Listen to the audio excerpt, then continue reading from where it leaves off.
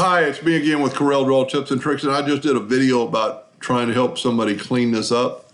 And I mentioned that I've got a video where you could have a hotkey between the shape tool and the smoothing tool. And if you look, the shape tool's already got F10. We could change that. I think that is default, but we're just going to keep it F10 because you can keep your hand on the keyboard and hit F10.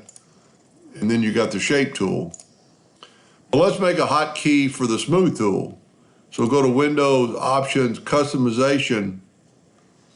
And if you don't know where it is, it's in your toolbox, but instead of finding it, just go down here and click on it, and there it is right there. And then when you click on it here, you can assign it a new shortcut key, and we're gonna make it the letter V, because I don't think it's being used, and assign it. And then hit OK. Of course, you would always wanna save this as default.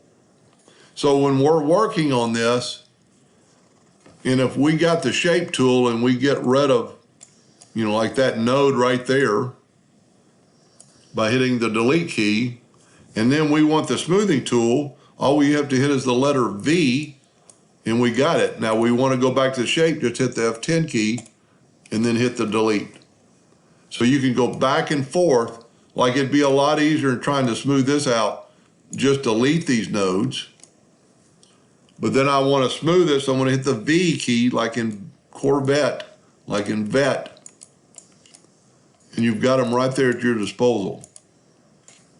So F10, shape tool, V, or you can make anything you want. So when you're working, you don't have to keep going up here and changing what you want to do. You could start off with the shape tool. And remember, if you don't see the bounding boxes, you're not selected on it. And then I'm going to hit F10. I'm going to get rid of this node right here. And hit delete, hit delete, hit delete. As long as it doesn't change too much, we can do that.